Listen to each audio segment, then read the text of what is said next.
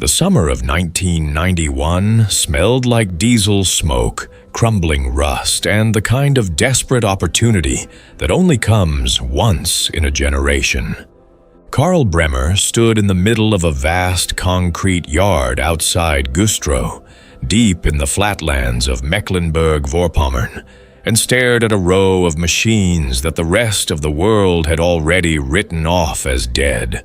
They were Fortschritt combine harvesters, 12 of them lined up like forgotten soldiers. Their faded blue paint was peeling in wide strips. The tires on 3 of them had gone completely flat. The cutting platforms lay sideways in the tall grass at the edge of the lot, half buried under weeds. And next to them sat 6 East German VEB Schlepperwerk Nordhausen ZT300 tractors, their square engine hoods still shining faintly in the gray August drizzle. But somewhere behind him, he could already hear the laughter starting. Because that summer, every serious farmer in the region had one thing on his mind, and it was not a rusting combine from a collapsed socialist economy. It was a brand new Class Dominator 108, financed on a 20-year lease, with a satellite uplink display on the dashboard and a cabin that stayed cooler than most apartments in July. The neighbors were signing papers, the dealers were rolling in.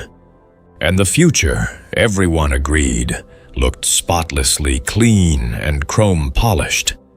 Karl Bremer reached out and pressed his palm against the side panel of the first Fortschritt machine. The metal was cold. Beneath the rust, he could feel the thickness of the steel. He was not looking at scrap. He was looking at math. I want to be honest with you before we go any further. The names in this story have been changed to protect the people involved.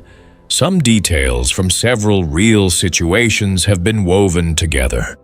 But everything I am going to tell you about the machines, the prices, the drought, and the economic collapse that followed is documented. I have used records from the Treuhandanstalt, the agency responsible for privatizing East German state assets, as well as technical data sheets from the VEB Kombinat Fortschritt Landmaschinenfactory in Neustadt in Sachsen. I use artificial intelligence tools to help me structure and research these stories, but every number you hear has been cross-checked against primary sources. This is a piece of agricultural history that deserves to be told correctly. Karl Bremer was 34 years old. He had grown up on a small mixed farm in the Münsterland region of Western Germany, a place where the land was too expensive and the competition too entrenched for a young man without an inheritance to ever grow into something real. When the wall fell in November 1989, he had understood immediately what was happening, not just in a political sense, but in a fundamental economic sense. An entire agricultural infrastructure built over 40 years to feed 17 million people was about to go on sale. The prices would be shocking, the conditions would be brutal, and almost nobody from the West would be willing to touch it. He had driven east in his old Volkswagen Passat, 300 kilometers from Münster to Güstrow, on a Wednesday in late August 1991. He had called ahead. He had spoken with a representative of the Treuhandanstalt, a nervous man in a gray suit who spent most of his time on the phone arguing with bankers in Frankfurt. When Karl arrived at the yard, the representative met him with a clipboard and an expression of barely concealed desperation. "The combines," the man said, gesturing at the 12 machines. "All 12, with the cutting platform trailers, 5,000 Deutsche Marks per unit. The tractors in the back, 800 each. We need the space cleared. A Case International Harvester dealership is moving in by October." Carl did the math in his head without hesitation. 60,000 Deutsche Marks for 12 combine harvesters, 4,800 for the 6 tractors. Total 64,800 Deutsche Marks. No, a single used class dominator. 88 cost more than that on the open market in Western Germany. A new one cost 300,000. "I'll take everything," Carl said. "All 12 combines and all 6 tractors." From behind him, a voice cut across the yard like a blade. "You have lost your mind, Carl." His name was Dieter Scholl. He was a well-dressed agricultural machinery dealer from Lower Saxony, and he had driven up in a Mercedes 500 with a trailer loaded with brand-new class spare parts catalogs. He was there to pick through the East for salvageable John Deere units, the few modern Western machines that had been exported to the German Democratic Republic in the years before reunification. Dieter walked up beside Carl and looked at the Fortschritt machines the way a surgeon looks at a patient who has already flatlined. "These engines drink more oil than diesel," Dieter said. "The cabins have no air conditioning, no dust filtration, no computer diagnostics. The spare parts don't exist in any Western catalog. You are going to spend the first summer on your hands and knees in the dark with a flashlight, trying to figure out why a socialist combine that nobody understands anymore won't start.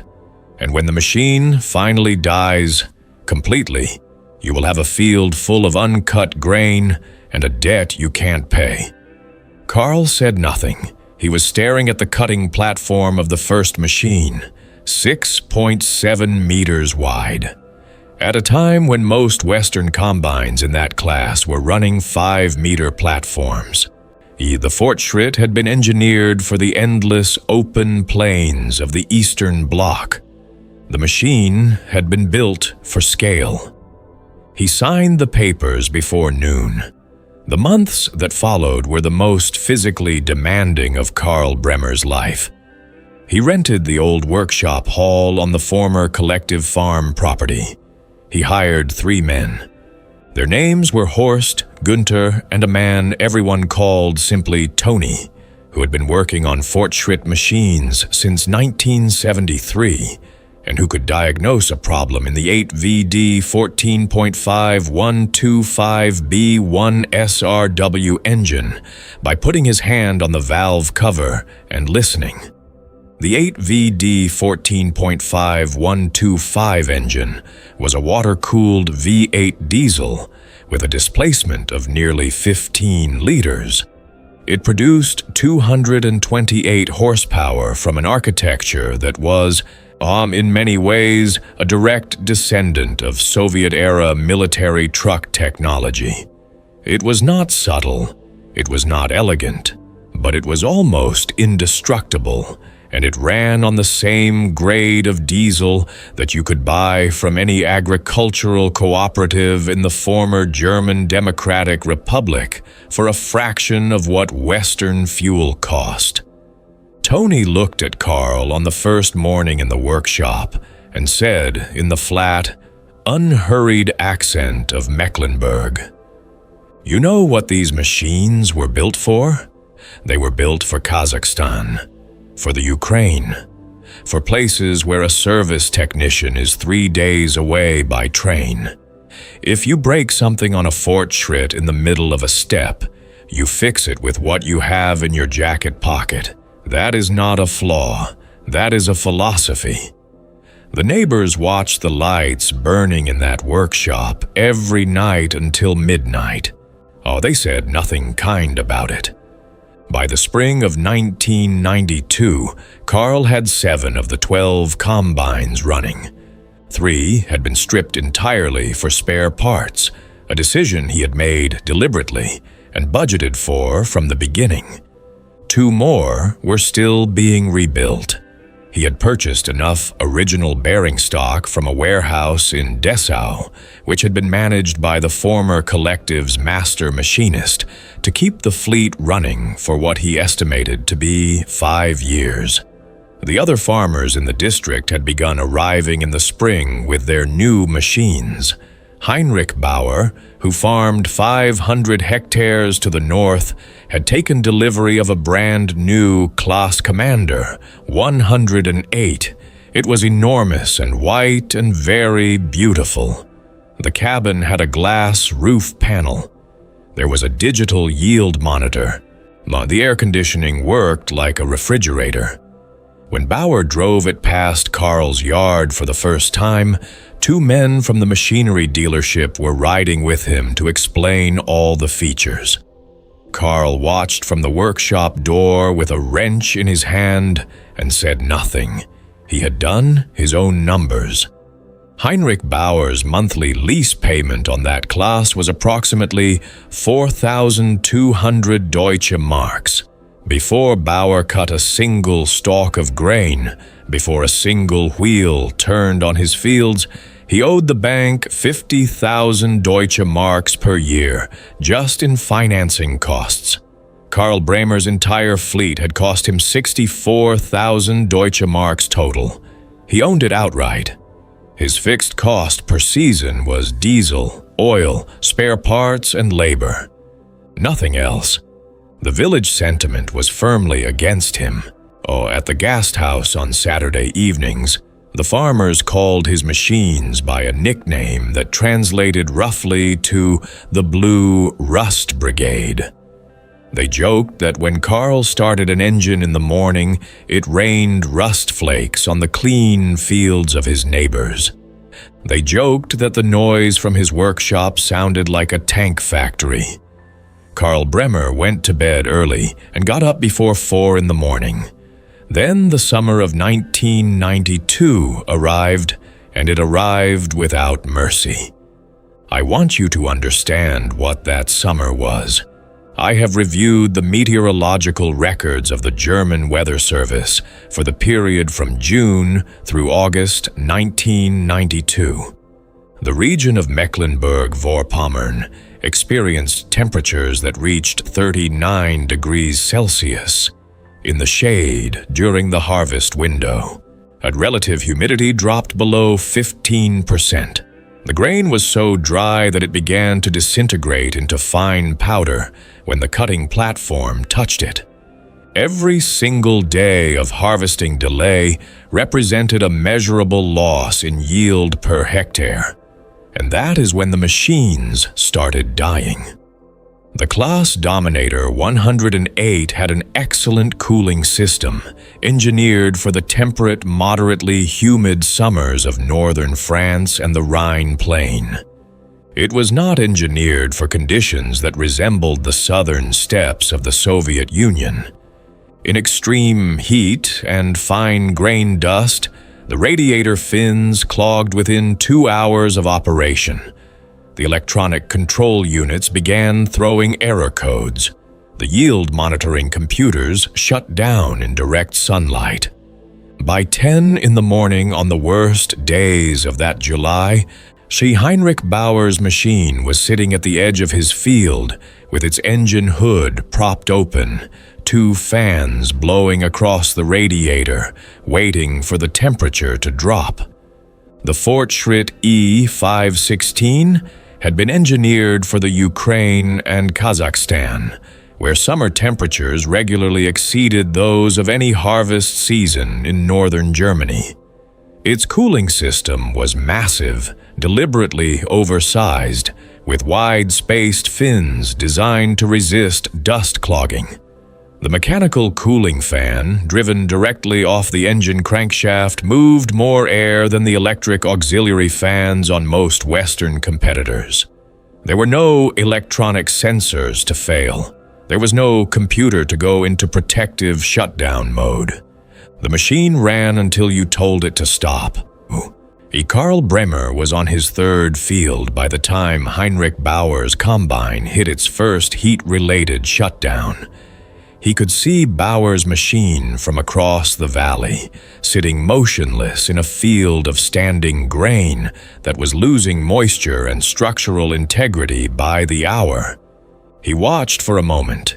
He radioed Tony on the two-way. "How are we looking?" "Engine temperature nominal," Tony said. "Hydraulic oil temperature nominal.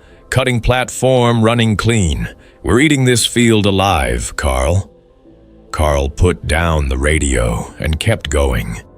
By midday, the situation had spread. 3 separate machines owned by neighboring farms were stopped across the district. 2 of them had radiator blockages. One had an electronics fault in the threshing drum control system that the manufacturer's service line could not diagnose over the phone.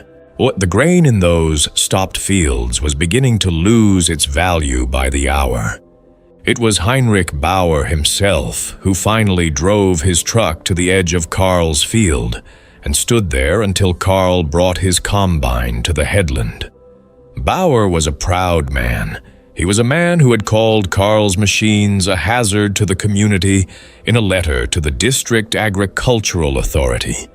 He was a man who had told his wife, loud enough for Carl's wife to hear at the market, that the Bremer family had lost their mines and their money in one summer. He stood at the field edge, and he looked up at Carl in the cabin of the Fortschritt, and he said, "My banknote comes due on the 1st of August, Carl. If I don't get this field in by tonight, I cannot make the payment." Carl killed the engine. The silence after the V8 shutdown was always a little shocking, like a thunderstorm ending instantly. "What are you asking me, Heinrich?" Bauer looked down at the ground. "I am asking if your machines can finish my field." Carl looked at the standing grain. He looked at the sky. He looked at the temperature reading on the dashboard thermometer. 120 Deutsche Marks per hectare, Carl said. "Fuel cost plus my men's time, and your oldest son runs my grain cart tonight." Bauer nodded without looking up. That evening, 3 Fortschritt combines worked Heinrich Bauer's field in formation, their headlights cutting white tunnels through the dust clouds, the V8 engines growling in a low chord that carried across the entire valley. The neighbors came out to watch. Nobody laughed. The next morning, Dieter Scholl, the machinery dealer from Lower Saxony, drove back to the district. He had heard what happened. He parked his Mercedes at the edge of Carl's yard and sat in the car for a long time before getting out. "You were right," he said finally, when Carl came out to meet him. "About what specifically?" Carl said. "The cooling, the simplicity, the resilience." Dieter shook his head. "I had 3 customers whose machines failed during the worst heat of the season. Their grain losses were significant. One of them is already in trouble with his financing." Carl said nothing.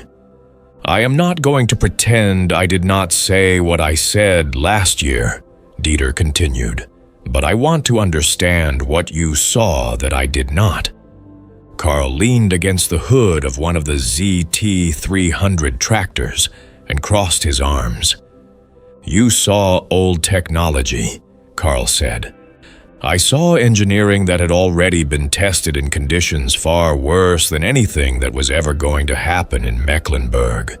You saw rust. I saw a machine with no lease payment. You saw the past. I saw leverage. I want to stop here for a moment and be direct with you. This is not a story about Eastern technology being better than Western technology in any absolute sense. The Claes machines of that era were technically superior in many categories, particularly in grain processing precision, operator comfort, and long-term reliability under normal conditions. I have reviewed the independent testing records of the German Agricultural Society from the early 1990s, and the numbers are clear. What this story is about is the relationship between capital, risk, and engineering context. A machine that costs 300,000 Deutsche Marks and requires a 20-year lease creates a fixed obligation that destroys a farm if the seasons go wrong. A machine that costs 5,000 Deutsche Marks and requires only diesel and mechanical skill creates the opposite: a buffer, a margin, a space to survive bad years. Karl Bremer was not lucky. He was calculating. And the drought of 1992 simply made the calculation visible to everyone. By the end of the harvest season of 1992, Karl Bremer had contracted with 9 farms in the district as a custom harvesting provider. His blue fleet had harvested more than 3,000 hectares that season. His revenue exceeded his total acquisition cost for the entire fleet in a single summer. Heinrich Bauer made his bank payment in August. He told Karl personally at the Gasthaus in front of witnesses that without the Fortschritt machines, his farm would have been gone. He shook Karl's hand and ordered 2 rounds for the table. Dieter Scholl stopped calling the machines blue scrap. He started sending customers to Karl who needed custom harvesting work during peak demand periods.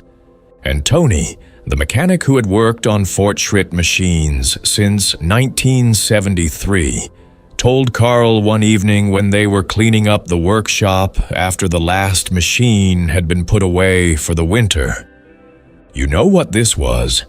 This was a test, and the machines passed.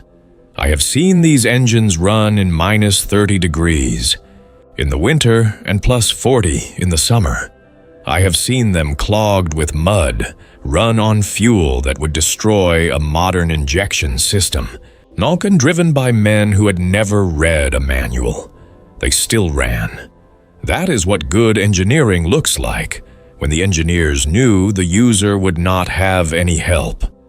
The years that followed moved the way agricultural time always moves, in long arcs of good seasons and difficult ones, in the slow accumulation of land and knowledge and debt, or the slow accumulation of land and knowledge and equity, depending entirely on which side of that calculation you had started on. Karl Bremer farmed his original machines for 11 years. By 2002, he had expanded to over 2,000 hectares. He had purchased modern machines by then, including 2 Class Lexion 500 units, which he considered among the finest combines he had ever operated. But he kept the last Fortschritt E516 in the back of his main equipment hall. He started it once a year at the beginning of harvest season. The V8 engine, which had accumulated over 12,000 operating hours by that point, started on the second crank every time. His son, who was 9 years old in 2002, asked him once why they kept the old machine when it was too slow and too loud to actually use competitively anymore. Karl sat down on the wheel, well of the Fortschritt, and looked at his son for a long moment. "This machine is the reason you have the life you have," he said. "Not because it was better, because it was already paid for, because it ran when everything else stopped, because it was designed to be repaired by somebody who only had what was already in the workshop. Those are not small things. Those are the most important things in farming. When you are deciding whether to buy something, the first question is never, 'Is this the best?' The first question is always, 'What happens to me if this breaks at the worst possible moment?' That machine there, in the worst possible moment, it still ran. Write that down somewhere. The summer of 1991 is more than 30 years behind us now, but the lesson it carries has not aged at all.